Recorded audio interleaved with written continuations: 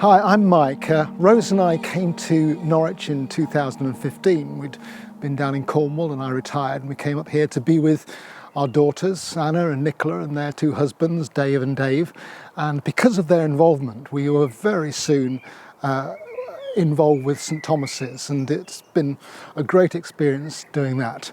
I must say, when I first came, one of my greatest enjoyments was going out on a Monday night with Sports Factory and knocking people like bees around on the football field, but that's gone by the by for a bit, for those of you who remember bees. But we said that when we first came to Norwich, we wouldn't get involved too much and do too many different things. But after a year or so, I was delighted to get a phone call from a friend asking me if I could help out do a church weekend. There was a church in London and their speaker had dropped out at short notice because he'd been ill.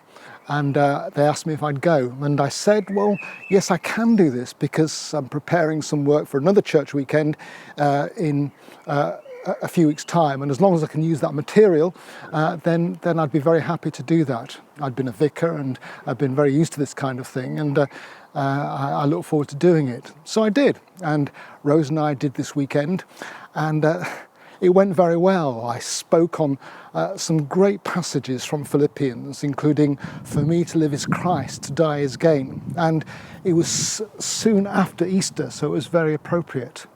The irony was, as we got close to the weekend, I was feeling more and more poorly. And I thought, well, I can't drop out because their previous speaker has already dropped out through illness. But I did go to the hospital straight after this weekend and went through a series of tests and was admitted. And to cut a long story short, I was diagnosed with peripancreatic cancer, and it was quite a nasty thing to have. And that summer, I had a major operation in Cambridge. It all seemed to go well, though it was a tough time. But unfortunately, 18 months later, there was another tumour on the colon, and that had to be removed in an emergency operation. And here I am today, 4 years after that original time, recovering from a third operation, a third tumour on what remained of my colon. So it has been a tough ride over the past few years, not what we were expecting, but it's had some very interesting parts to it and some very surprising ones. One of the surprises was the number of really quite mature Christians who said to me, Mike, we can't understand why God has let this happen to you. As if they hadn't noticed it's the kind of thing that does happen. I'm shocked sometimes by how many of us as Christians think that we've entered into a contract with God, whereby saying we're Christians, it takes all the difficulties out of life. Well, we've had a rough few years, Rose, myself, and of course the children. But the surprises, as well as those kind of surprises where people saying what's going on, have been much better. We've been so surprised and delighted at how present God has been to all of us in these past few years, and the tough times particularly. Rose and I said at one stage, as we chatted together, look, let's simply try and say thank you to God for all the good things that happen. Grandchildren being born, delightful things along the way. And we decided to do that. And they're too innumerable to mention. To use C.S. Lewis's quote of Wordsworth, we have been surprised by joy on far more occasions than we could ever have imagined.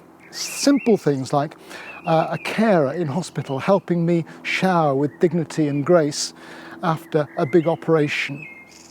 There was a chaplain in the hospital, the wife of an African Pentecostal pastor, who came and said she'd come to take communion with me. And at one stage I was amazed at how she was, with diligence, struggling with Anglican liturgy. But she did it with such grace and charm that I was moved by the presence of God in our time together. As I say, moments of beauty, whether music or laughter, or meeting with other people, or praying with people in hospital, or just at times in prayer being overcome by that sense of God saying, hey, I am with you, it's all right. It's been a real delight to experience that, and very genuine. It's important because when you're a preacher or a teacher, you sometimes say, this stuff that I'm talking, do I really believe it? And having those church weekends followed by this time of illness, it was delightful to be able to say, yes, I do believe it. I really do believe it. And we live as resurrection people. And that's where we've been. We don't know how long things are going to go on. We don't know what the next part of life holds. I sometimes think 3 bouts of cancer and maybe it's 3 strikes and you're out. But the great news is that with Jesus, of course, as we're taken into safety with him and by him, you're never out. You're always in. And that is one of the delights and surprises and joys and what we find. And so we move on and with St. Julian of Norwich say, all things shall be well, all manner of things shall be well. And that we really do believe.